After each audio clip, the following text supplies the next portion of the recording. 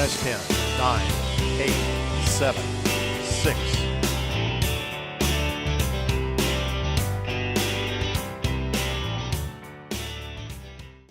Estimar los recursos de las actividades es el proceso inmediato posterior a planificar los recursos, a planificar la gestión de los recursos. Es el proceso que consiste en estimar los recursos del equipo y el tipo y las cantidades de materiales, equipamiento y suministros necesarios para ejecutar el trabajo del proyecto. Antes de poder estimar la duración de cada actividad, es necesario predecir los recursos disponibles y necesarios para cada una de ellas. Por ejemplo, no durará lo mismo una actividad en la cual dispongo de 8 personas a otra idéntica en la cual tengo a 2 personas disponibles. Importante que recordéis en este momento que nos encontramos ante uno de los principales cambios estructurales de la sexta edición del PMBOK, como acabamos de hablar en el proceso anterior. Este proceso ha cambiado de área de conocimiento y la situación actual de ambas áreas es diferente, así como la del área de gestión del tiempo, que también cambia, ¿de acuerdo? O sea, la situación de ambas áreas, me refiero a la situación del área de gestión de recursos y la situación del área de gestión del tiempo, que antiguamente pues nos encontrábamos con que estimar los recursos estaba en el área de gestión del tiempo y ahora está en el área de gestión de los recursos. Entonces tenemos que revisar un poquito toda esta modificación que lo vimos en el proceso anterior de planificar la gestión de los recursos para ver pues la interactuación entre procesos de ambas áreas, ¿de acuerdo? Revisarlo bien y tener claro que esto pues hay que manejarlo con soltura y sabiendo pues que tenemos que dependemos de la definición de las actividades para después estimar los recursos de las actividades.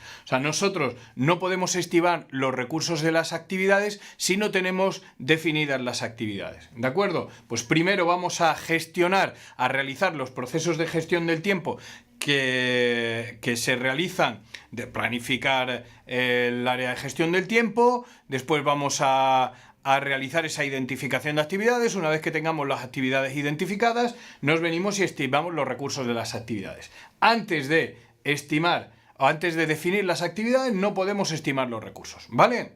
¿De acuerdo? Importante, ¿eh? Dinámicas del proceso. Como siempre, en las entradas seguimos la técnica general de memorización. Una vez dentro de los procesos de planificación, lo primero que nos encontramos son las salidas de los procesos anteriores del mismo área de conocimiento. En este caso, el plan de gestión de recursos, además de la línea base del alcance. Pero siguiendo el razonamiento que hemos hecho sobre la secuenciación de procesos con el área de gestión del tiempo, vemos que tenemos como entradas fundamentales la lista de actividades y los atributos de la actividad. Lista de actividades y atributos de actividad que provienen del área de gestión del tiempo, ¿eh? Importante tener esto claro. Sin tener definidas las actividades y esos atributos de la actividad, nosotros no podemos estimar los recursos de las actividades.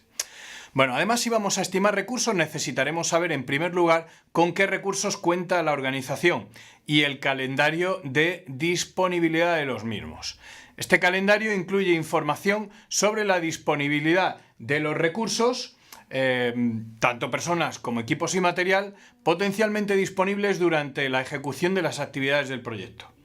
Estos calendarios provienen de las áreas de conocimiento de los propios recursos. Deberíamos haberlo realizado en el propio plan de gestión de los recursos, que es el proceso inmediato anterior. Por cuando hemos elaborado el plan de gestión de los recursos, deberíamos haber incluido dentro un calendario de recursos con los recursos que ya sepamos. Aquí es donde viene esa dificultad que os digo de realimentación.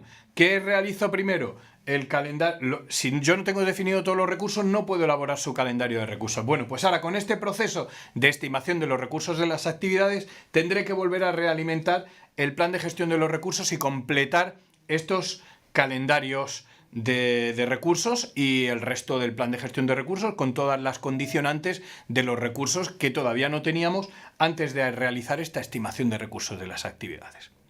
¿De acuerdo? También estos calendarios de recursos van a venir del plan de gestión de las adquisiciones. A medida que vayamos planificando las adquisiciones, pues vamos a poder ir viendo cómo se se van incorporando los recursos a la organización. También necesitaremos el registro de riesgos para ver qué recursos necesitamos para cubrir los mismos. Y por supuesto deberíamos contar con unos costes estimados de las adquisiciones para comprobar si tenemos disponibilidad de recursos económicos para determinados recursos.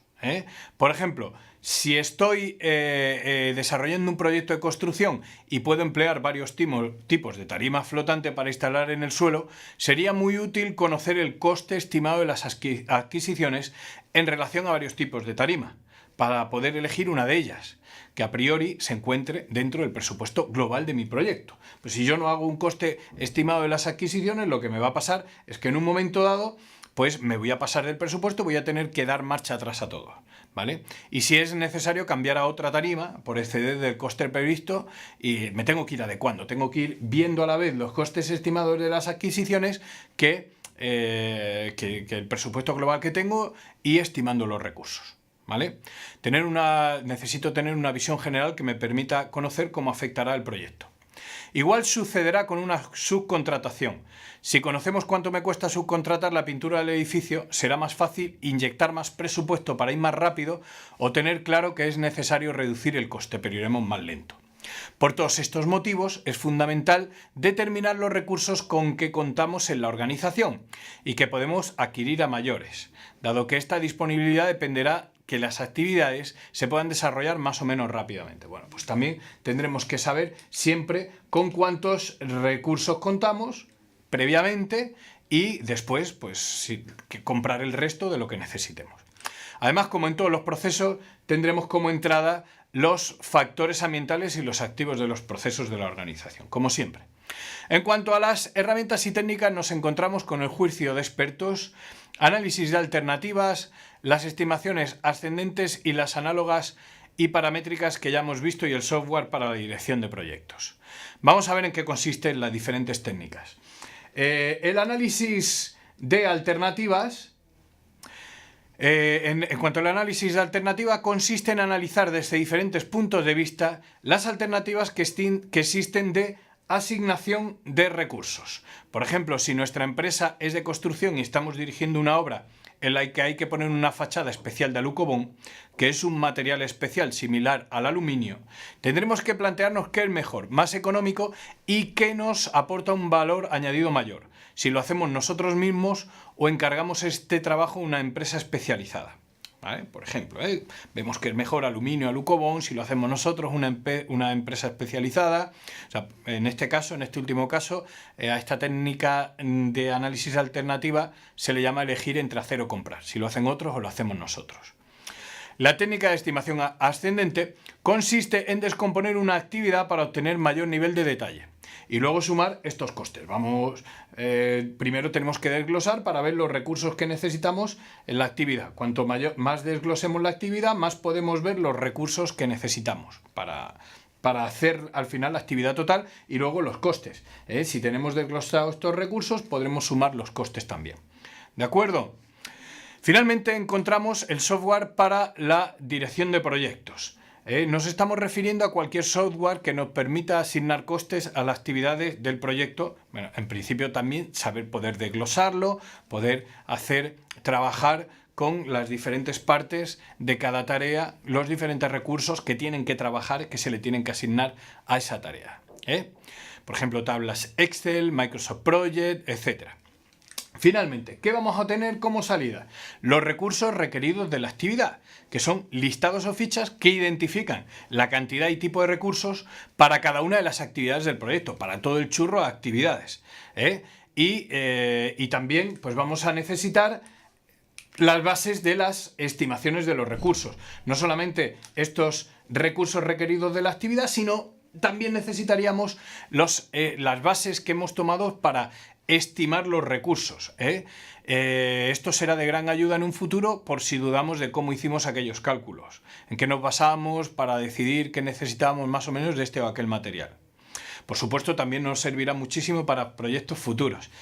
Tened en cuenta que lo que estamos haciendo es agarrar cada una de las actividades y en cada una de las actividades decir, ¿qué actividad tengo delante? Pues tengo pintar las oficinas. Bueno, ¿y qué necesito? ¿Qué recursos necesito para pintar las oficinas? Pues para pintar una oficina de 100 metros cuadrados necesito un pintor, 50 litros de pintura blanca, una brocha, un mono, etcétera, etcétera. Y esa es la estimación de recursos de las actividades, ni más ni menos. Por eso, como vengo diciendo, hasta que no haga esto, no voy a saber exactamente la cantidad de recursos necesarios que voy a necesitar yo para mi proyecto. Primero defino las actividades, luego estimo los recursos. ¿De acuerdo? Es fundamental conocer este movimiento. ¿Ok? Bueno, pues muy bien. Otra salida que debemos utilizar es la estructura de desglose de recursos, que es una estructura jerárquica de los recursos identificados por categoría y tipo de recursos.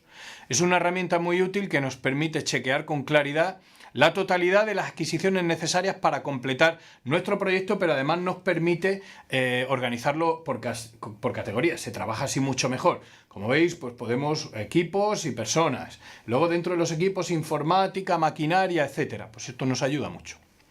Además, una vez finalizado este proceso, podremos actualizar algunos documentos del proyecto, como son aquellos con los que venimos trabajando. La lista de actividades, los atributos de la actividad, el listado de recursos humanos necesarios o el listado de adquisiciones necesarias para completar el proyecto.